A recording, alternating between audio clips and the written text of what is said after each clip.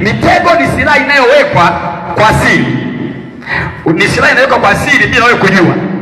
Ama unakuwa umelala, wachawi kwa namna yao wanakuja wanakuingizia kitu ndani yako, wanaweza wakakuingizia kitu.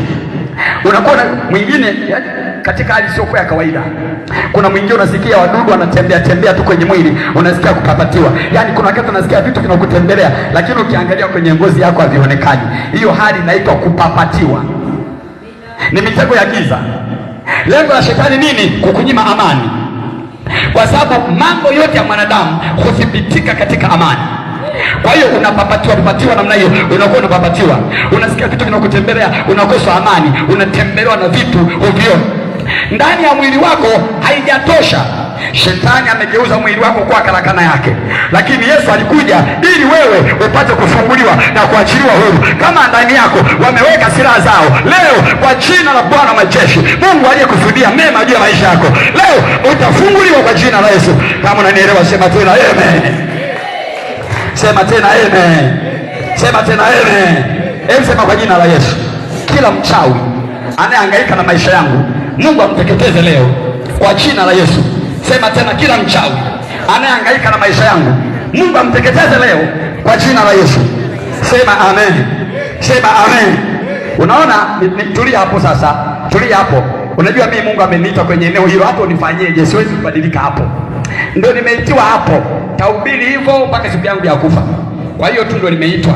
Nilishajaribu nibadilike nisihubiri wachawi, lakini najikuta tu. Sema sasa kama kwenu mnakimbia tufanyeje?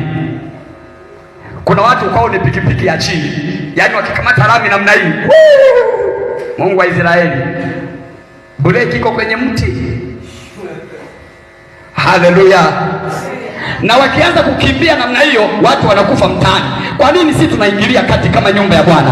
Wakianza kukimbia, watu wanaharibu mimba. Wakianza kukimbia, watu wanakufa. Wakianza kukimbia, watu wanachukua msukule. Wakianza kukimbia, watu wanalishwa sumu. Wakianza kukimbia, watu wanapata ajali. Wakianza kukimbia, matukio ya kishetani. Na mimi nasema Yesu msalabani, naye leo anaanza Yesu.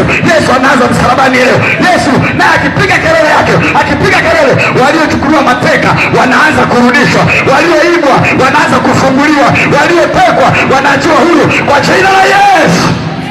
Hebu sema, Yesu naye msalabani alipiga kelele akasema imekwisha, akasema imekwisha, ili wale wanaokutesa waache kukutesa, waliokufunga waache kukufunga, wanaokuaibisha waache kuaibisha kwa jina la Yesu, wanaokukalia waache kukukalia kwa jina la Yesu.